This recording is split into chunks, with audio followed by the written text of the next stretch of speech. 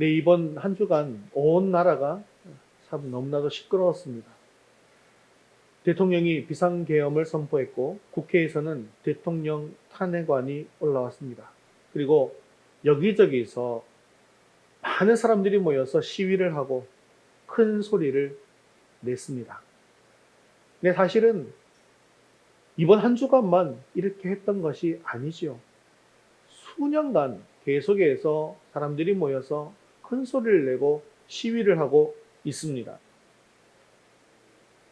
왜 이렇게 곳곳에서 큰 소리를 내고 있는 것일까요? 서로 자기가 옳다는 것입니다. 정치만 그렇습니까? 사회면에서, 경제면에서, 여러 분야에서 너무너무나도 시끄럽습니다. 노동자들은 이대로는 정말 못 살겠다고 파업을 하고 목소리를 높입니다. 지금 받는 대우로는 세상을 살아가기가 너무나도 힘들고 어렵다는 거죠. 금전적으로 대우가 적기 때문에 또 임금을 받지 못하기 때문에 환경이 너무 열악하기 때문에 살아갈 수가 없다는 것입니다. 사실 지금 우리도 건강하지만 내일은 우리가 어떻게 될지 모르는 것 아니겠습니까? 어떤 병이 걸릴지, 또 어떤 고통이 찾아올지, 어떤 아픔이 찾아올지 모릅니다. 현실이 암울한데도 미래도 장담할 수 없는 지금 그런 시대를 우리가 살아가고 있습니다. 또한 지금 세대의 모습은 어떻습니까? 너무나 악합니다. 제자가 스승을 대적하고 형제가 형제를 대적하고 자식이 부모를 대적합니다. 어디서든 자기의 입장만 크게 소리내고 용서하지 못하는 그런 악한 세상이 되고 말았습니다. 세상은 끝없는 절망과 질병과 슬픔 가운데 빠져 있는 것처럼 보입니다. 그렇다면 우리가 이 세대를 살고 있는 이 가운데 이런 문제를 해결할 수 있는 방법이 없는 것일까요? 아닙니다. 못하실 것이 없고 못 이룰 것이 없는 이 땅을 창조하시고 운행하시는 하나님의 뜻 속에 그 방법이 있더라는 것이죠. 하나님께서는 오늘 말씀 속에서 욥의 삶과 욥의 고백을 우리에게 말씀해 주심으로 말미암아 우리로 하여금 하나님의 뜻에 이르게 하시고 하늘에 놀라운 복을 내려 주실 것입니다.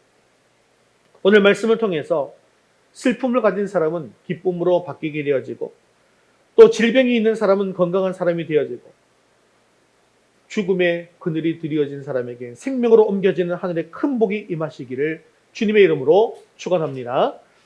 자, 그렇다면 욥은 무엇으로 말미암아 하나님의 뜻을 바로 알게 되어서 잃었던 건강을 다시 찾고 또 자식들도 다시 찾았고 잃었던 재산을 갑절로 복을 받게 된 것일까요? 우리 첫 번째 그 비결을 함께 읽겠습니다. 감사할 때 하나님의 복을 받습니다. 네, 감사. 이 감사라고 하는 것, 감사할 이유가 있을 때 하는 감사, 그것은 누구나 할 수 있는 것이죠. 그런 감사 누가 못하겠습니까? 그러므로 그것은 온전한 감사는 아닙니다. 도저히 감사할 수 없는 그런 상황 속에서 감사하는 사람, 바로 그 사람이 하나님의 뜻을 바로 볼 수 있게 되어지고 하나님의 복을 받을 수 있다는 사실을 먼저 기억하시기를 바랍니다. 오늘 말씀의 주인공은 욥이라는 사람인데요. 이 욥이라는 말의 이름의 뜻은 적을 가진 자, 회개하는 자, 울부짖는 자라는 뜻을 가지고 있습니다. 자, 적이 많았다라는 것은 그의 주변에 욥을 괴롭히는 사람이 얼마나 많았는지를 짐작할 수 있습니다. 욥기 1장 13절 이하를 보시면 욥의 자녀들이 마다들의 집에 모여서 음식을 먹고 포도주를 마실 때 스바 사람이 갑자기 나타나서 소와 나귀를 다 빼앗고 종들을 죽이고 달아나는 사건이 벌어졌습니다. 그뿐만이 아닙니다. 하늘에서 하나님의 불이 내려와서 양과 종들을 다 살라버렸습니다. 또 그것만이 아니죠. 갈대아 사람이 낙타를 빼앗고 또 종들을 다 죽여버렸습니다. 설상가상으로.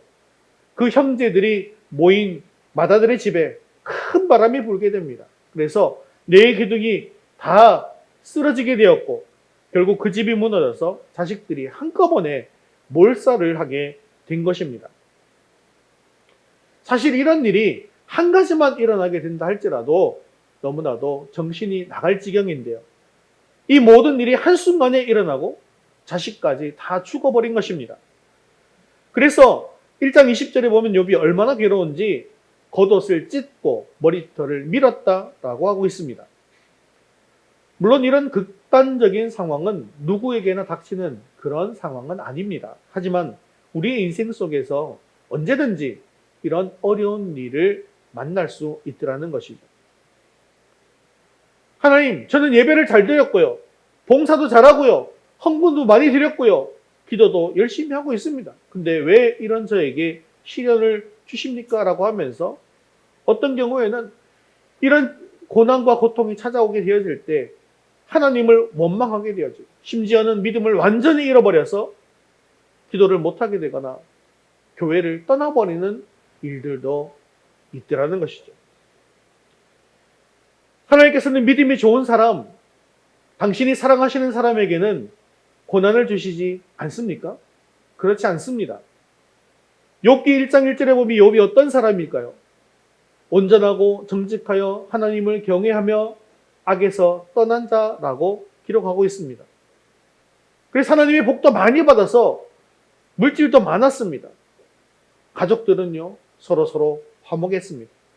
신앙적으로도 너무 탁월했어요. 잔치를 끝내면 자녀의 명수대로 번제를 드리는 그런 경건한 가정이었다는 것이죠. 그럼에도 불구하고 그런 욥에게 이런 고난이 닥친 것이었습니다. 이런 상황 속에서 욥은 하나님 앞에 어떤 행동을 취할까요? 과연 원망할까요? 불평할까요? 우리 욥기 1장 20절 하반절에서 21절까지 말씀 같이 읽겠습니다. 땅에 엎드려 예배하며 이르되 내가 모태에서 알몸으로 나왔은즉 또한 알몸이 그리로 돌아가올지라. 주시니도 여호와시요 거두시니도 여호와시니 여호와의 이름이 찬송을 받으실지니이다 하고 아멘. 욥은 자신의 재산과 자식을 잃고 난 뒤에 하나님께 무엇을 하고 있습니까? 먼저 예배하고 하나님 앞에 찬송드리고 있습니다. 주시니도 여호와시고 거두시니도 여호와시니 주셔도 감사하고 가져가셔도 감사합니다 라고 하면서 하나님 앞에 감사의 예배를 드리고 있는 것입니다. 감사의 찬송을 드리고 있는 것입니다. 이런 모습을 본 사탄은요, 너무나도 당황스러웠습니다. 그래서 이번에는 사탄이 욥을 쳐서 발바닥에서 정수리까지 종기가 나게 했습니다. 여러분, 종기가 엉덩이 하나만 나도 얼마나 힘이 듭니까?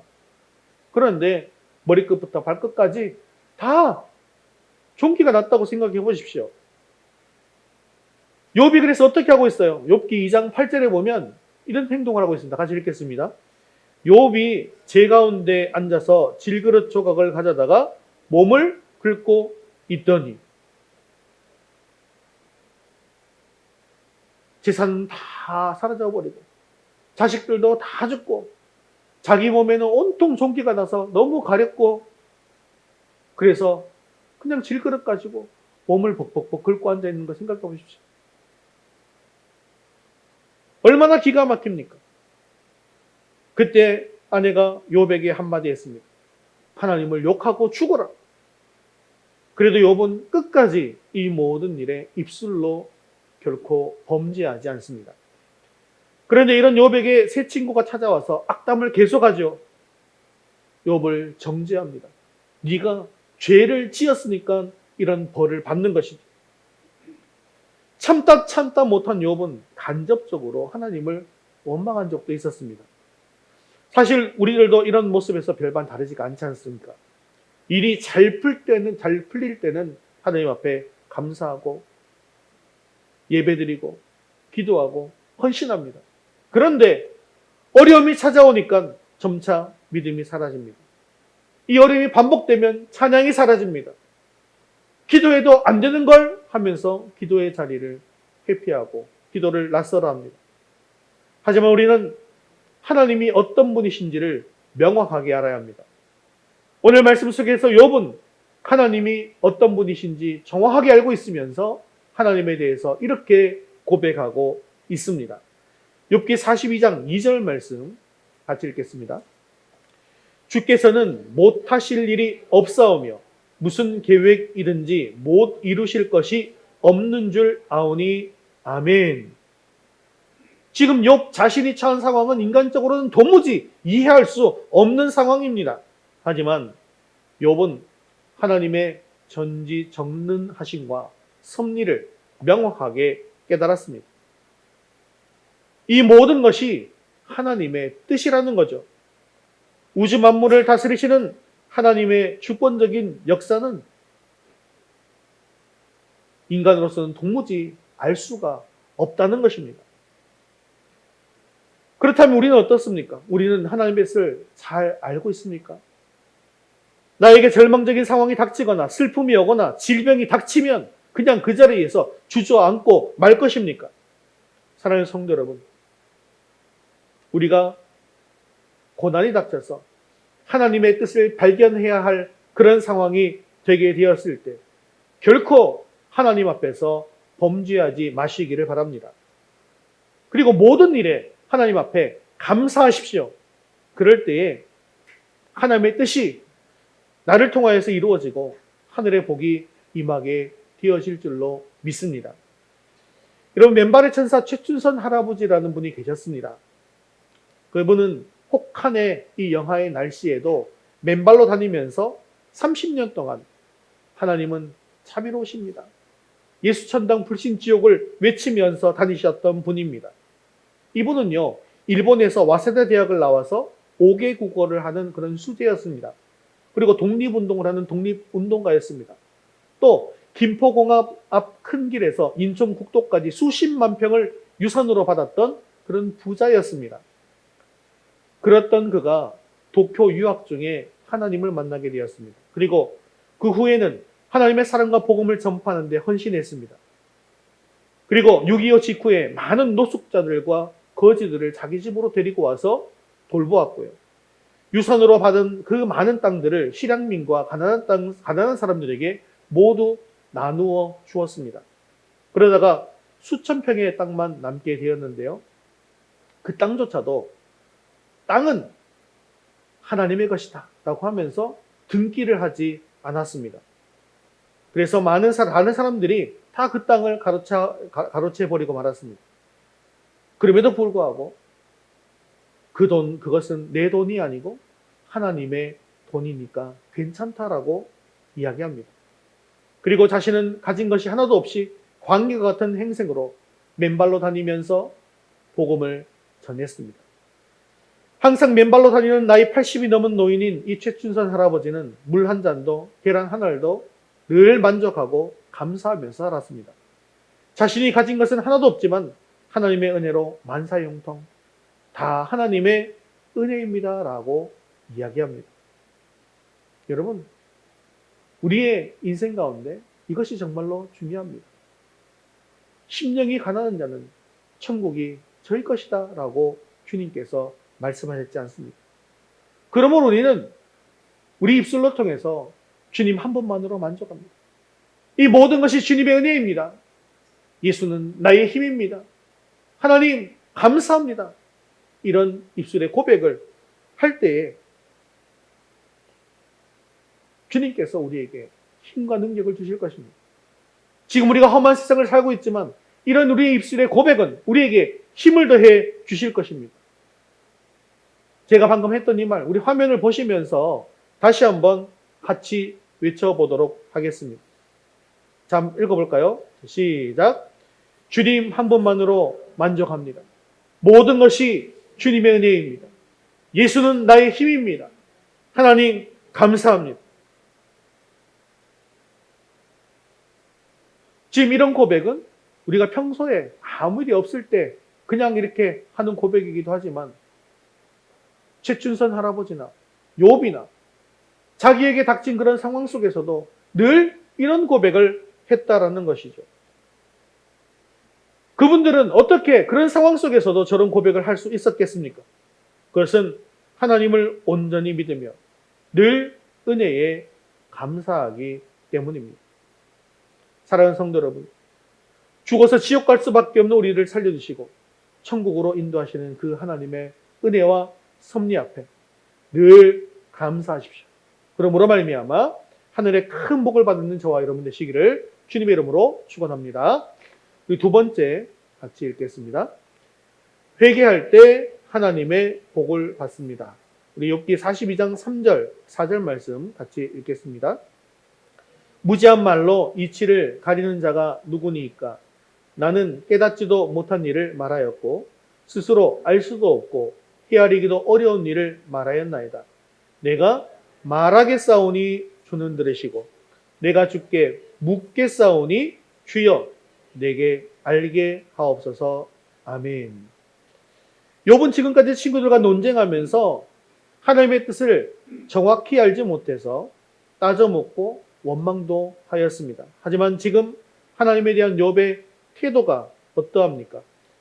예전에 자신의 무지한 말로 하나님의 뜻을 가리우고 교만하게도 자신이 알 수 없는 하나님의 섭리에 대해서 함부로 이야기하게 된 것에 대해서 시인하고 회개를 하고 있는 것입니다. 그리고 하나님 앞에 절대 순종하는 그런 자세를 보입니다. 여기서 욥이 말하겠다, 묻겠다라고 하는 것은 단순히 입으로만 하는 것을 의미하는 것은 아니라는 사실을 기억하셔야 합니다. 여기에 사용된 말이라는 이 원어는요, 따바르인데요. 이것은 말이라는 의미만 가지고 있는 것이 아닙니다. 행적, 행위라는 의미로도 함께 쓰이는 단어입니다. 즉, 따바르는 말뿐만 아니라 행위까지도 포함하는 그런 단어인 것이죠. 여러분, 통곡하며 잘못했다고 용서를 빌기만 하면 그것이 과연 진정한 회개일까요? 물기는 하지만 그 자리에 가만히 있는 것은 결코 회개가 아닙니다. 회개는 반드시 위치에 이동이 있어야 합니다. 방향에 이동이 있어야 한다는 거예요. 주여 들으시고 주여 내게 알게 하옵소서. 하나님께 내 죄를 고백하고 하나님의 뜻을 아는 것. 그래서 하나님의 뜻대로 내 의지가 움직여야 하지만이 바로 회개라는 것이죠. 나의 죄를 깨달아서 하나님께 잘못했다고 말하는 것으로 끝나는 것이 아니라 방향을 바꾸어 잘못된 행위를 고치는 것까지 되어야 한다는 것입니다. 또한 묻는다라는 말의 원어는 수알입니다. 이것은 구하다, 구제를 청하다, 상의하다라는 뜻을 가진 말인데요. 이것은 인생의 모든 문제의 해답이 하나님께 있기 때문에 앞으로는 모든 문제를 하나님과 상의하겠습니다라는 의미입니다. 사실 죄악투성인 인간이 회개한다라고 하는 것은 기적과 같은 일입니다. 그런데 이런 기적이 어떻게 일어나게 되었는지에 대해서 욥은 5절 말씀에 이렇게 고백하고 있습니다. 우리 5절 말씀 읽겠습니다. 내가 주께 대하여 귀로 듣기만 하였사오나 이제는 눈으로 주를 배옵나이다. 아멘. 귀로만 듣던 사람이 이제는 눈으로 주를 뵙게 되었습니다. 하나님을 보지 못하던 사람이 이제는 하나님을 보게 되었습니다. 그러자 회개의 기적이 일어나게 된 것입니다. 우리가 하나님에 대해서 가질 수 있는 지식에는 두 가지가 있습니다. 하나님에 대해서 이야기를 들어서 알 수 있는 지식이 있는 반면에 하나님에 대해서 직접 관찰하고 얻은 지식이 있습니다. 전자를 지식적인 신앙이라고 한다면 후자는 체험적인 신앙이라고 할 수 있죠. 내가 주께 대하여 귀로만 듣기만 하였사더니 라는 말은 내가 지금까지 하나님에 대해서 귀로 많이 들었기 때문에 지식적으로는 하나님을 잘 알고 있습니다 라는 뜻입니다. 이제는 눈으로 주를 배움나이다 라는 말은 지금 이러한 긴 고통 가운데서 하나님 아버지의 전능하심과 하나님의 섭리를 체험을 통해서 알게 되었습니다 라는 뜻입니다. 사랑하는 성도 여러분, 하나님의 뜻을 바로 알고 하늘의 복을 받아 누리기를 원하십니까? 그렇다면 욥과 같이 체험적으로 하나님을 아는 신앙을 가질 수 있게 되어지기를 바랍니다. 인생의 여러 가지 시련과 고통을 겪으면서 불평과 원망 속에서 사는 것이 아니라 욥과 같이 그 속에서도 하나님의 살아계심과 하나님의 전능하심과 하나님의 위대하심을 깨닫는 체험적인 신앙의 소유자가 되어야 한다는 것입니다. 그런 삶을 살기 위해서 우리는 먼저 예배 가운데에서 설교 속에서 말씀을 듣는 은혜가 가득하기를 먼저 기도하십시오. 듣기만 하면 되겠습니까? 말씀을 깨닫는 은혜가 있기를 간절하게 구하십시오. 그리고요, 듣고 깨달았다면 그 말씀대로 살 수 있게 되어지기를 주님의 이름으로 축원합니다. 그럴 때에 우리 하나님께서 우리를 만나주시고 체험적인 신앙을 가질 수 있게 해 주실 것입니다. 말씀을 옳은 귀로 듣고 왼 귀로 흘려보내지 마시기 바랍니다. 말씀을 들었다고 한다면 이제는 눈으로 주를 배웁기를 바랍니다. 이렇게 우리가 보는 방향을 바꾸는 것, 우리의 삶의 방향을 바꾸는 것, 이것이 바로 회개입니다. 이렇게 오직 주만 바라보고 갈 때 우리가 하나님의 뜻대로 달라지게 될 것입니다. 우리의 생각이 바뀌게 되어지고 말과 행동이 바뀌어지게 되고 우리의 습관이 바뀌고 우리의 인격이 바뀌게 되어질 것입니다. 이렇게 하나님께 시선과 생각과 마음을 고정한 욥은 6절에서 티끌과 재 가운데에서 회개하고 있는 것입니다. 우리가 하나님 앞에서 지식을 가졌으면 얼마나 가졌겠습니까? 재물을 가졌으면 얼마나 가졌겠습니까? 내 속에 있는 교만을 버리십시오. 전능하신 하나님 앞에서 보잘것없는 존재임을 깨달으시고 항상 겸손하게 자신을 내어놓고 회개함으로 하늘의 복을 받아 누리는 저와 여러분 되시기를 주님의 이름으로 축원합니다. 우리 세 번째 같이 읽겠습니다. 용서할 때 하나님의 복을 받습니다. 7절에서 8절 말씀 읽겠습니다. 여호와께서 대만 사람 엘리바스에게 이르시되 내가 너와 내 두 친구에게 노하나니 이는 너희가 나를 가리켜 말한 것이 내 종 욥의 말같이 옳지 못함이니라. 내 종 욥이 너희를 위하여 기도할 것인즉 내가 그를 기쁘게 받으리니 너희가 우매한 만큼 너희에게 갚지 아니하리라. 아멘. 욥의 친구들은 지금까지 이것이 진리이다, 이것이 참이다 라고 하는 그 막대기를 들고 욥을 때리면서 괴롭혔던 것이죠. 욥은 자기를 도무지 이해하지 못하고 회개만을 촉구하는 친구들이 원망스러웠습니다. 그래서 그 친구들과 지금까지 계속해서 논쟁을 해온 것이었죠. 그런데 이제 하나님께서는 욥에게 그 친구들을 용서하는 기도를 하라고 말씀하십니다. 그리고 욥의 기도를 기쁘게 받으시겠다고 합니다. 그렇습니다. 나에게 잘못한 그 사람을 우리가 용서할 때 우리는 하나님의 뜻을 발견하게 됩니다. 그리고 우리의 기도의 문이 활짝 열리게 되어서 하늘의 복을 받게 되어지는 줄 믿으시기 바랍니다.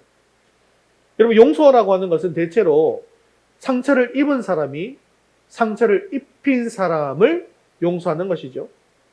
그런데 상처를 입혔던 그 상대방이 오히려 아무 일도 없다는 듯이 활개치고 다니면서 그것으로 인해서 나는 더욱더 힘들게 되는 상황, 괴로운 상황이 되어진다고 한다면 결코 용서하는 것이 쉽지가 않습니다. 그런데 우리가 분명히 알아야 할 것이 있습니다.